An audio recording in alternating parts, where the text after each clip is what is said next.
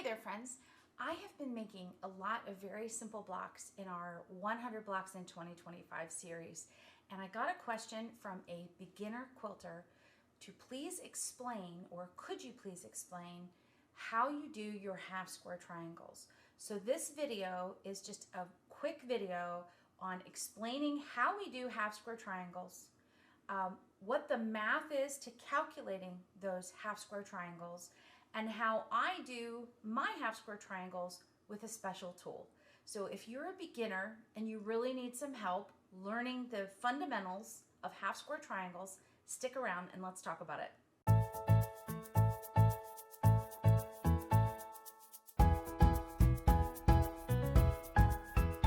I have been working a lot with little half square triangles. Half square triangles are the square or a unit that has a triangle of one color and a triangle of another color.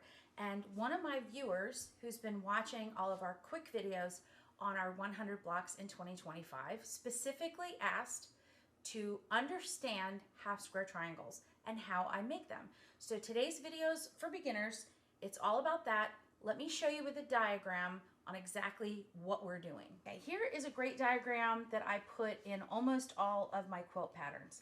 And what we're going to take is one square of a light fabric and one square of a dark fabric, or they could be fabrics of two different colors. And what we're going to do with those squares is we're going to lay them right sides together directly on top of one another so that you really can't see that there's more than one square. We're then going to take our pencil and we're going to draw a diagonal line right through the center of the back of one of those squares from point to point. Okay? And then what we're going to do is we're going to take our sewing machine foot or our line that we have marked on our sewing machine with tape or whatever that is our 1/4 inch seam guide, and we're going to run that line right down the 1/4 inch seam guide and stitch a 1/4 inch on both sides. So what I use is a 1/4 inch foot. So I'm going to run the side of my foot right down the center line and stitch on one side of this set of squares. And then I'm going to turn it around and stitch down the other side using that guide the same. And then I can cut straight down through the center of this line and I will wind up with two half square triangles that look just like that. So here I have two orange squares and I've cut them to size, and I'm going to set one down right on top of the other square.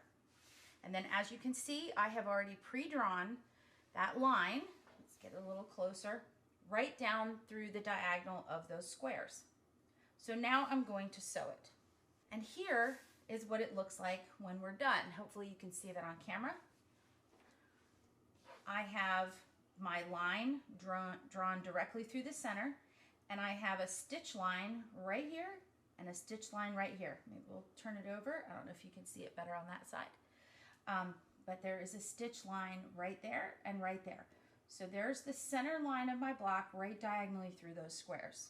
Then what I'm going to do with this square is I'm going to take my ruler and I'm going to lay my ruler diagonally right through the center of this square, and I'm going to cut them apart.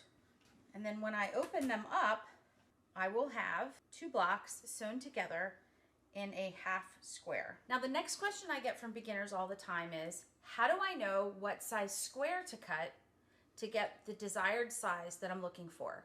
This actually is a 2.5 inch half square triangle unit. So in this case, I'm going to make a block that's made up of units that are 2.5 inches square. So I have a 2.5 inch square, and then next to it, I'm going to put a 2.5 inch half square triangle. So I had to cut two squares in order to get to this point when I sewed them together. How did I do that math? When I want a square that starts as 2.5, that's a finished square of 2 inches, I have to add a 1/2 inch seam allowance. 1/4 inch on one side and a 1/4 inch on the other side. So if I want this to be a 2 inch square inside my quilt, I have to start with a 2.5 inch square, right? We know that math. So in order to have a 2.5 inch square finished here, but I also have this seam right here through the middle, I have to allow for this seam allowance as well. And the addition for this single seam is 3/8 of an inch. So when I go to figure out and calculate my square, if I have a square that's 2.5 inches, and then I need to make a half square triangle, I'm gonna wanna cut my squares 3/8 inch larger than this square. So that, if this is 2.5 or 2 4/8, then this one needs to be 2 7/8, which is 2 4/8 plus 3/8. That's the math. Now, when I make my half square triangles, I always oversize those a little bit because, you know, the little tiny bit of accumulated error that can happen when you're building a block that has lots of pieces that's made of units that are also pieced. If you make a mistake by a 1/16 or an 1/8 of an inch, that can add up by the number of pieces that you're adding into that block. So I want to make sure that my squares are perfectly sized, and sometimes with bias edges they can stretch, or your 1/4 inch seam allowance might be a little off in one direction or another, or maybe you drew your line almost diagonally but not quite. So there's lots of room for error when you're working with bias, which is that 45-degree angle, for the first time. So as a beginner, I like to tell people to oversize and then cut back down. And that can be a little bit difficult or tricky if you're not used to working with half square triangles, because you have to open the block up and then you have to lay that diagonal line down in your block and make sure you're cutting an equal amount from both sides.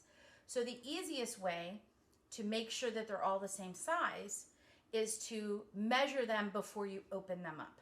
And that requires a special tool. And I use that special tool a lot because, not because I'm not accurate in my piecing, but sometimes I have to make a lot of half square triangles at the same time. And when you're in a rush or you're in a hurry as a designer, sometimes those errors can creep in, and I need to have my stuff be perfectly sized. So one of the tools that I have that I keep in my Quilters toolbox that I use nearly every day is the Clearly Perfect slotted trimmer. So let me show you what that looks like. Okay, here's our tool that's the Clearly Perfect slotted trimmer, and it comes as 2 rulers. This is what they look like, and each one of these rulers works with different sizes. So this ruler works with finished whole sizes, and this side works with finished half sizes. So what I mean is, if you want a finished square that is 3 inches, which will then finish inside your quilt as 2.5, you're going to want to use the whole size of the ruler. The more common one that I use is the half size of the ruler, because as I said before, I want my square to be 2.5 inches, so I want my finished half square triangle to also be 2.5 inches. So this is where I want that measurement to be. So I'm going to use this little measurement on here. So when I'm cutting my triangle, I'm going to put my, I can probably do it this way and show you. I'm going to put my triangle down with that seam right here. This is, if I open this up and press it, that's where my half square triangle comes in. So I'm going to lay this down before. So I just sewed it and I just cut it, and I haven't opened it up and pressed it yet. And then I'm going to lay my trimmer ruler down so that I have a stitch line here, and I want my block to be 2.5 inches, and this little dotted line here indicates the stitch line. So if I bring this down and I lay this right on the stitching line, I then can trim off this little piece here and this little piece here. I can also trim off the little dog ear points, and I can make a perfectly sized square. Now, because I'm using this special tool, I don't want to make anything in my life harder than it needs to be. So rather than trying to find all those little 1/8 inch lines on my ruler to cut an exact 2 7/8 inch square and another 2 7/8 inch square and all that, I don't want to do any of that. So I use the whole lines on my ruler, and I oversize my blocks. That means if I want my finished square or my finished unit to be 2.5 inches, I'm going to cut my squares at 3 inches. That way I can use the whole lines on the ruler, which are the really long lines, and I can cut all those squares fast and easy and simply. And then I have room in the margin for a little bit of margin of error, which I'm going to trim off afterwards. So let's do that trimming. So here is my square, my triangle, right? And I'm going to lay my 2.5 inch part of my ruler, the line right here on the seam line. And then you should be able to see this little bit of fabric on both sides around the top. So that's going to be that 1/8 inch line that we were talking about that I have left with that extra little bit. See all the little trimmings? That's from my oversized square. And now I'm going to cut using these little slots. I'm going to cut the little dog ear points off. So this is what I'm left with. I'm left with a triangle that is exactly the size I need with the little dog ears cut off. And then when I open it up, there's my triangle. I don't have any of those little extra little dog ear points on it. And then I can lay it right down on my 2.5 inch square. And of course, it's not going to look quite right because I haven't pressed it, but it fits perfectly on my square. So that's how I go about sewing my half square triangles. And that means every time I go to make a half square triangle, I'm going to use 2 squares and I'm going to make 2 units at the same time.